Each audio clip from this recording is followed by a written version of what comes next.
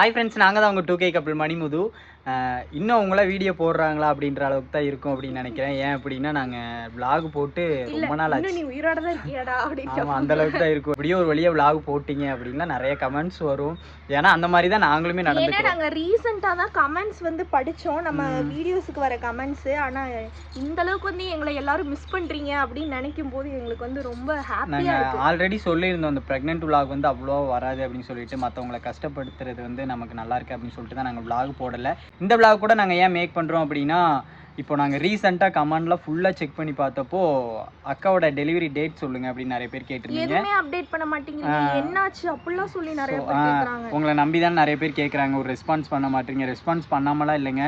So நம்ம அதை போட்டு அது வந்து மற்றவங்க பார்க்கும்போது கஷ்டப்படுத்தக்கூடாது அப்படின்ற ஒரே காரணத்துக்காக தான் இன்ன வரைக்கும் நம்ம ப்ரெக்னன்சி விலாக் வந்து அவ்வளோவா போட்டிருக்க மாட்டோம். ஒன்று ரெண்டு நாங்கள் டீட்டெயிலாக வந்து இன்னொரு விலாக் அப்லோட் பண்ணுறோம். சரி, ஓகே, இவ்வளோ பேர் கேட்குறாங்களே, நம்ம அதுக்கு ரெஸ்பான்ஸ் பண்ணாமல் இருந்தால் நல்லா இருக்காது அப்படின்னு சொல்லிட்டு இன்றைக்கி வந்து எங்களுக்கு பார்த்தீங்கன்னா 9th மந்த் செக்கப். இன்றைக்கி தான் வந்து 9th மந்த் ஸ்டார்ட் ஆகுது.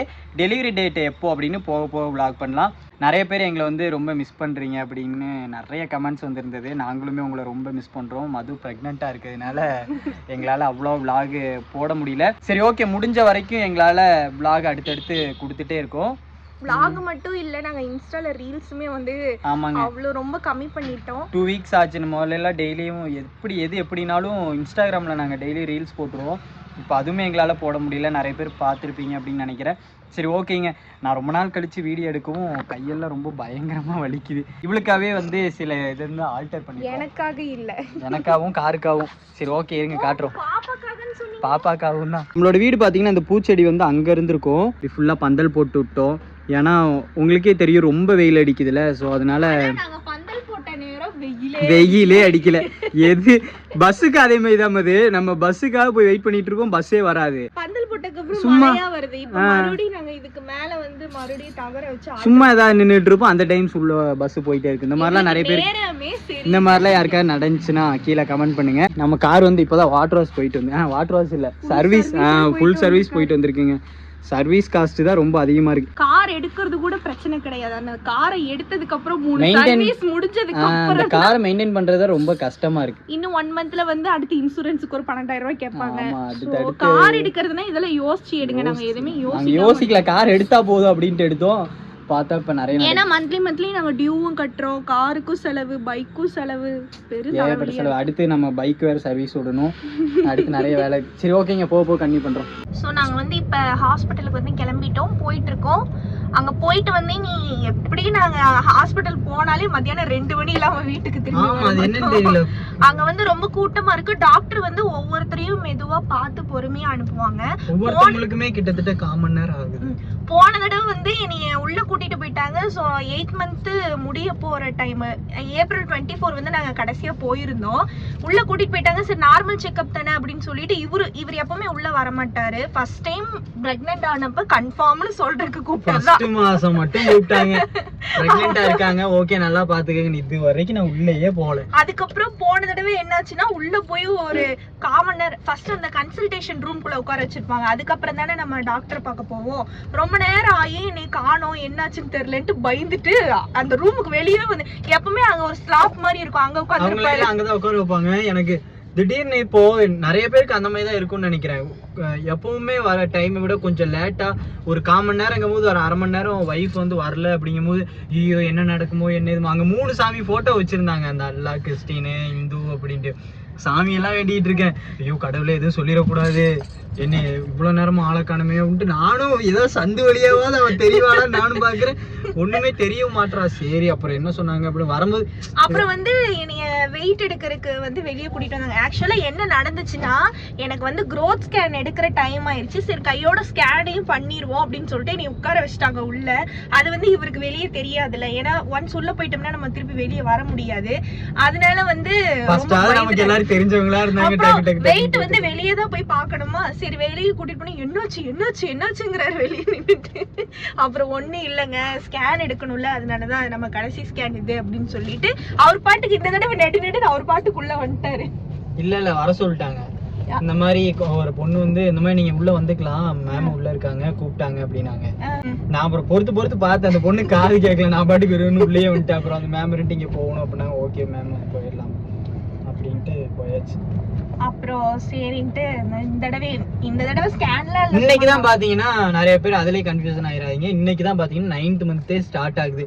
ஆமா, எங்களுக்கு நிறைய டவுட் இருந்துச்சு. இவளுக்கு பின்னாடி பிரெக்னென்ட் ஆகி நிறைய பேர் வீடியோ போட்டுருந்தாங்க, நிறைய பேர் கேட்டிருந்தீங்க அவங்களுக்குலாம். ஆனா உண்மையாலுமே பாத்தீங்கன்னா டெலிவரி ஆயிருச்சு. எங்களுக்கு கொஞ்சம் இன்னும் பாத்தீங்கன்னா டேட் இருக்கு, டேட் மட்டும் உங்களுக்கு போக சொல்றோம். இன்னைக்கு வந்து எங்களுக்கு ஹாஸ்பிடல்ல செக்அப், 9th மந்த் செக்அப். இதுக்கப்புறம் வந்து செக்அப் தான். இதுக்கப்புறம் வந்து 2 வீக்ஸ் ஒன்ஸ், அப்புறம் 10 மந்த்க்கு அப்புறம் 1 வீக் அப்படின்னு சொன்னாங்க. வீக்லி ஒன்ஸ் வர மாதிரி இருக்குன்னு சொன்னாங்க. எங்களுக்கு பெருசா தெரியல. சோ நிறைய பேர் வந்து கேப்பீங்க, வளகா புடிச்சிட்டீங்க அம்மா வீட்டுக்கு போகாம இங்க இருக்கீங்க அப்படின்னு சொல்லிட்டு. இவ வந்து என்னை விட்டுட்டு போகவே மாட்டேங்கிறா. நானும் போயிரு, கால்லாம் வீங்கிருது, எனக்கு ஒண்ணும் தெரிய மாட்டேங்குது. யாரா பெரிய ஆளுங்க யாரா வேணும்ல, எங்க வீட்லயும் சொல்றாங்க, அவங்க வீட்லயும் சொல்றாங்க. காய்ச்சல் அடிச்சாலும் போக மாட்டான், கால் வலிச்சாலும் போக மாட்டா, கை கால் வலிச்சாலும் போக மாட்டா. எண்ணெயை போட்டு நைட்டு பாடா படுத்துறாங்க. ஒரு மூவா என்னமோ ஒண்ணு வாங்கி வச்சிருந்தா. ஆமா, அந்த ஆயில்மெண்ட் வாங்கணும்ல, இப்படி கரெக்டா நான் வந்துச்சா. அந்த மூவ் ஒண்ணு வாங்கி வச்சிருந்தா, அந்த மூவே தீந்து போச்சு. என்னையும் தூங்க விடுறதே இல்ல. 2-3 மணிக்கு காலை போட்டாமுக்கு, கையை போட்டாமுக்கு. எனக்கும் தூக்கம், கண்ணை சொக்க, நானும் கண்ணுடைய முடியும். அது எனக்கு முடியல. அவங்க அம்மா வாங்க வாங்க வாங்க, இங்க வந்து இருக்கட்டும், நான் பாத்துக்கிறேன் வச்சுக்கிறேன். இவ போற மாதிரி இல்ல. என்ன பண்றதுன்னு ஒன்னும் புரிய மாட்டேங்குது. எல்லாம் அம்மா வீட்டுல போய் இருக்கணும்னு நினைப்பாங்க. ஆனா இவ என்னடானா, எங்க வீடு இங்கதாங்க இருக்கு, பக்கத்துலயே தான். ஒரு கிலோமீட்டர் கூட இருக்காதுன்னு நினைக்கிறேன். ஆக்சுவலா மேம் வந்து கேஸுக்கு போறாங்க, அதனால 1 hour ஆகும்னு சொல்லிட்டாங்க. ஸோ 1 hour இந்த கேம் விளையாண்டு எப்படி விளையாடுறது? வாட்டர் ஷாட் எத்தனாவது லெவல் தெரியுமா? 236வது லெவல். மட்டும்தான் இந்த மாதிரிலாம் பண்ணுவாங்க. நான் என்ன பண்ணுவேன் அப்படின்னா, சாங் ரீல்ஸ் எல்லாம் தேடிட்டு சாங் செலக்ட் பண்ணுறது பூரா நான் தான். இப்போ உட்காந்து இந்த மாதிரி கேம் விளாண்டுட்டு இப்படியே டைம் பாஸ் பண்ணிடுவோம். அம்மா இந்த மாதிரி கேம், வேர்டு கேம் இந்த மாதிரிலாம் விளையாண்டா பாப்பா மைண்டு அந்த மாதிரி இருக்குங்கம்மா, உங்களுக்கே அது புரிய மாட்டேங்குது அப்படின்றவாங்க. எப்போ பார்த்தாலும் இருந்த ஃப்ரீ ஃபயர் ஒன்று விளாண்டுட்டு இருந்தேன், அதையும் டெலிட் பண்ணி விட்டா. ஏன்னா என் ஃபோன் பாடி வந்து இப்போவா ஃபோன் இருக்கு. ஆமாம், அந்த இதை வந்து நான் கழட்டினேன்னா இது வந்து தனியாக வந்துடும், பாடியே தனியாக வரும். ஃபஸ்ட் டைம் ஹாஸ்பிட்டலுக்கு உட்காந்து இப்படி பிளாக் எடுத்துட்டு இதுவே ஏன் பொறுமையாக பேசிகிட்டு இருக்கோம் அப்படின்னா, பக்கத்தெல்லாம் இருக்காங்க. இல்லை யாரெல்லாம் செல்லை பார்த்து 2 பேர் பேசிக்கிட்டு இருக்காங்க. காலையில் எந்திரிச்சோன்னே கிளம்பிடுவோம் இருக்குமோ. அப்போவே சொன்னேன் சீக்கிரமாக போகலாம்னு சொல்லி. சரி ஓகே, 1 hour வெயிட் பண்ணுவோம். 1 hour வெயிட் பண்ணிவிட்டு என்ன சொல்கிறாங்க அப்படின்னு சொல்லிட்டு சொல்கிறோம். சார்ஜ் கொடுத்தோம்மா. ஆமாம், அப்புறம் அது மட்டும் இல்லாமல் டெலிவரி டேட் வந்து எல்லாமே எங்கள் வீட்டில் வேறு கரண்ட் இல்லைங்க. நம்ம இங்கே கொண்டு போய் மது வீட்டில் விட்டுட்டு நான் அப்படியே ஒரு வெளியில் ஒரு இடத்துக்கு போகணும். வாய்ப்பு இல்லை, போக மாட்டேன். போய் விட்டுட்டு தான் போகணும். சரி ஓகே, இன்னைக்கு ஒரு ரீல்ஸ் ஏதாவது எடுத்து போகணும். இன்னைக்கு ஏதாவது ரீல்ஸ் சாங் எடுத்து போகணும். நாங்கள் ரீல்ஸ் சாங் எடுத்து கிட்டத்தட்ட 1 வீக் மேலாச்சு.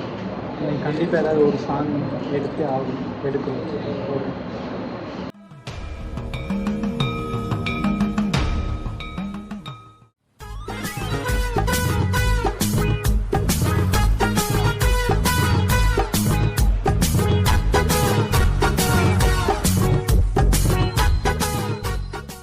நாங்கள் வந்து செக்கப் முடிச்சுட்டு வீட்டுக்கு போயிட்டுருக்கோம். ஸோ அங்கே வந்து 1 hour வந்து லேட் ஆச்சு. அப்புறம் டாக்டர் வந்தாங்க, பார்த்தாங்க. அப்புறம் நான் வந்து ரொம்ப நாள் எப்படி சொல்கிறது, ஸ்கேன் எடுக்கிறத வந்து காமிக்க மாட்டாங்க, அவங்க வந்து வச்சு பார்க்குறத காமிக்க மாட்டாங்க. இந்த தடவை வந்து நான் லைட்டாக தலையை திருப்பி பார்த்தேன்னா, அவங்களே திருப்பி இங்கே பாருமா, இதான் தலை, இதான் வயிறு, இதான் கால் அப்படிலாம் சொல்லி இப்படி படுத்திருக்கோம்மா, 2 கையும் இப்படி வச்சு. ஆமாம், பார்த்துட்டு இவரு என்னைய கூப்பிட்டு காமிச்சிருக்கலாம் அப்படின்னாரு. இந்த தடவை எப்பவும் போலதான் இவரெல்லாம் கூப்பிடல, உள்ள வெளியே விட மாட்டாங்கன்னு தெரியல. உங்ககிட்ட என்ன சொல்லணும், இல்ல நம்மகிட்ட எது ஷேர் பண்ணாங்கன்னா ஏதாவது சீரியஸான மேட்டர் அப்படின்னா சொல்லலாம். இப்போ வந்து 9th மந்த்துக்கு அப்புறம் வீக்லி எழுதி ஆமா, நெக்ஸ்ட் வீக் மறுபடியும் வர சொல்லிருக்காங்க. மறுபடியும் புதன்கிழமை வர சொல்லிருக்காங்க. அப்ப என்ன சொல்றாங்க அப்படின்ட்டு மறுபடியும் சொல்றோம். ஓகே, நம்ம இப்போ வந்து டேட் வந்து ரிவீல் பண்ணிடலாமா? இதுக்கப்புறமும் நம்ம அப்படியே எடுத்துகிட்டே போனால் நல்லா இருக்காது. எங்களுக்கு டேட் வந்து ஃபஸ்ட்டு என்ன கொடுத்தாங்க அப்படின்னா, எங்களோடதுலேருந்து சொல்கிறேன், என் பர்த்டே வந்து ஜூலை 22, ஓகேவா? இவளோட பர்த்டே வந்து அக்டோபர் 22. பையனுக்கு என்ன டேட்டு, பையனுக்கோ பொண்ணுக்கோ எது பிறந்தாலும் சந்தோஷம் தான். இல்லை பையனுக்கோ பொண்ணுக்கோ என்ன டேட் கொடுத்துருந்தாங்க அப்படின்னா ஜூன் 22 கொடுத்துருந்தாங்க. எனக்கு ரொம்ப சந்தோஷமா இருந்துச்சு. ஏன்னா எனக்கும் 22, இவளுக்கும் 22, 3 பேருக்குமே 22 அப்படிங்கும்போது நல்லா இருக்கும் அப்படின்னும். அதுக்கப்புறம் ஒரு மாதம் கழிச்சு போனால் 22லேருந்து 21 எழுதி கொடுத்துட்டாங்க. இப்போ எங்களோட டேட் வந்து டெலிவரி டேட் எப்போ கொடுத்துருக்காங்க அப்படின்னா 21 கொடுத்துருக்காங்க.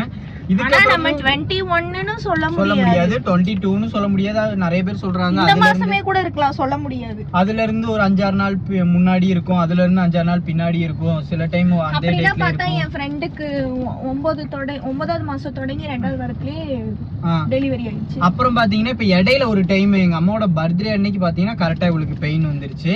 ரொம்ப இடுப்பு வலி, வயிறு வலி இந்த மாதிரிலாம் ரொம்ப வந்ததுக்கப்புறம் சரி ஒருவேளை அந்த டேட்ல எது பிறந்துருமோ, அம்மா டேட்ல எது பிறந்துமோ அப்படின்னு நினைச்சோம். அப்புறம் பார்த்தா அதுவும் நடக்கல. டெலிவரி டேட் வந்து ஜூன் 21 கொடுத்துருக்காங்க. ஜூன் 22 இருந்தாலும் உங்களுக்கு எந்த அப்டேட் வேணா வரலாம். ஜூன் 22 இருந்தாலும் சந்தோஷம் தான், மே 22 இருந்தாலும் சந்தோஷம் தான். சந்தோஷம் தான். மே 22 இருந்தாலும் சந்தோஷம் தான். 22லயே தான் பிறக்கணுமா அப்படின்லாம் கிடையாதுங்க. எங்களுக்கு ஒரு எந்த டேட்லயா இருந்தாலும் ரொம்ப கஷ்டப்படுறாங்க. அந்த சமீப காலம் அந்த 8th month ஸ்டார்ட் ஆனதுக்கு அப்புறம் வந்து எனக்கே ரொம்ப கஷ்டமா இருக்கு. இப்போ ஒரு 3 டேஸா வந்து எனக்கு வந்து உட்காரவே முடியல. எனக்கு அந்த மாதிரி இருக்கு. வயிறு வந்து எப்படி சொல்றது, அதோடயே சமைக்கிறது, அதோடயே வாசல் கூட்டுறது, அதோடயே துணி துவைக்கிறது, அதோடயே ட்ரம் கழுவுறது. ஏன் நீங்க எதுக்கு இருக்கீங்க அப்படின்னு நிறைய பேர் கேட்டுறாதீங்க. இவள்கிட்ட நிறைய பேர் வேலையெல்லாம் செய்யணும் அப்படின்னு சொல்லியிருப்பாங்க போல. துணியெல்லாம் நானே தான் துவைச்சிட்டு இருந்தேன் கொஞ்ச நாளா. அதுக்கப்புறம் இவளே துவைக்க ஆரம்பிச்சிடறா. நான் எங்கேயா வெளியில போயிட்டேன்னா இவளே நான் வரதுக்குள்ளே வேலையெல்லாம் செஞ்சு முடிக்க ஆரம்பிச்சிடறா. மதியானத்துல 1 மணி 2 மணிக்கு போய் வெயில நின்று துவைச்சிருக்கேன். ஏன்னா பாவமா இருக்கு. இல்ல அப்ப வெயில் இல்ல, அதனாலதான் துவைச்சேன். சரி ஓகேங்க. செக்கப்ல வந்து எதுவுமே சொல்லல, பிரஷர் எல்லாம் கரெக்டா இருக்கு. நெக்ஸ்ட் 22 வாங்க, அப்புறம் பிளட் டெஸ்ட் எடுத்துட்டு வந்துருங்க அப்படின்னு சொன்னாங்க. அவ்வளவுதான். இதுக்கப்புறம் மறுபடியும் ஸ்கேன் எடுக்கணுமா? ஸ்கேன் இல்ல, அவ்வளவுதான். growth ஸ்கேன் எடுத்து முடிச்சிட்டாங்க. அதான் லாஸ்ட் ஸ்கேன். ஆனா எனக்கு வந்து உங்ககிட்ட ஒரு விஷயம் இருக்கு மாமா. என்னது? இப்போ வந்து நம்ம vlog போடல. ஸோ இவ்வளோ மந்த் வந்து இப்போ வந்து 9 மந்த்தே ஸ்டார்ட் ஆயிருச்சு. நம்ம வந்து அவ்வளோவா இதை பற்றி எந்த விளாகுமே போடலை. ஆனால் நம்ம விளாக் போடுறோமோ இல்லையோ, நான் சப்போஸ் எனக்கு வந்து டெலிவரி பெயின் வந்து இடையிலேயே வந்துருச்சு, அதனால நான் இப்போவே சொல்லி வைக்கிறேன். டெலிவரி பெயின் வந்து இடையிலேயே வந்துருச்சு, டக்குன்னு ஹாஸ்பிட்டல் கூட்டிட்டு போய் அட்மிட் பண்ணுற மாதிரி இருக்கு அப்படின்னாலும் எனக்கு வந்து உங்களோட ரியாக்ஷன்ல யாரையாவது வச்சு வீடியோ எடுக்கணும். வெளிய வந்து இவர் என்னெல்லாம் பண்றாரு அப்படிங்கறது எனக்கு வந்து தெரியணும். அது வந்து vlog அப்லோட் பண்றோம். ஆனா நிறைய பேர் கேவலமா கேப்பீங்க, ஏன்டா பொண்டாட்டிய கொண்டு போய் ஹாஸ்பிடல் அட்மிட் பண்ணிட்டு vlog எடுத்துட்டு இருக்கியான்னு. அந்த மாதிரி அட்மிட் பண்ணும்போது ஒரு ஆளை போய் முன்னாடி நின்னு வீடியோ நான் கூட்டிட்டு போறது அதெல்லாம் எனக்கே மனசு கேட்காது. ஆனா அதெல்லாம் என்னால எடுக்க முடியுமா என்னன்னு எனக்கு தெரியல.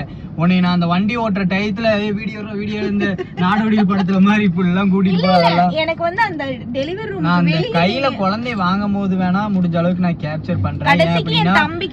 நான் கூட்டிட்டு போறது, அட்மிட் பண்றது, அது இதெல்லாம் நான் வீடியோ எடுத்துட்டு இருந்தேன்னா அது நல்லா இருக்காது, பாக்குற எனக்கும் நல்லா இருக்காது. எனக்கு இன்னைக்கு நான் உங்களுக்கு ஒரு முன்னாடி ஒரு கட்டு போடுறேன் பாருங்க. பக்கத்துல ஒரே ஒருத்தர் தான் உட்கார்ந்து இருந்தாரு. உங்களுக்கு காமிச்சிருப்பேன். அந்த சைடு ஒரு லேடி, இந்த சைடு வந்து ஒரே ஒருத்தர் தான் உட்காந்துருந்தா. அதுக்கே நான் என்னன்னு பேசணும்னு தோணுது. அவர் இப்படியே என்னை பார்த்துக்கிட்டு இருக்காரு. யாரா அவன் செல்ல இப்படி வச்சுட்டு நான் பாட்டுக்கு இப்படின்ட்டு இருந்தேன்னா அதுக்கே அவர் யாரா அவன் கிறுக்கனா இருப்பானோ அப்படின்னு நினைச்சிருப்பாருன்னு நினைக்கிறேன். எனக்கு அதுக்கே ஒரு மாதிரி இருக்கு. சரி ஓகே, முடிஞ்ச அளவுக்கு குழந்தைய கையில வாங்கும்போது அது கேப்சர் பண்ணி வச்சுக்கலாம். ஏன் அதுக்கு முன்னாடியே நீங்க எப்படி ரூமுக்கு வெளியே நிக்கிறீங்க?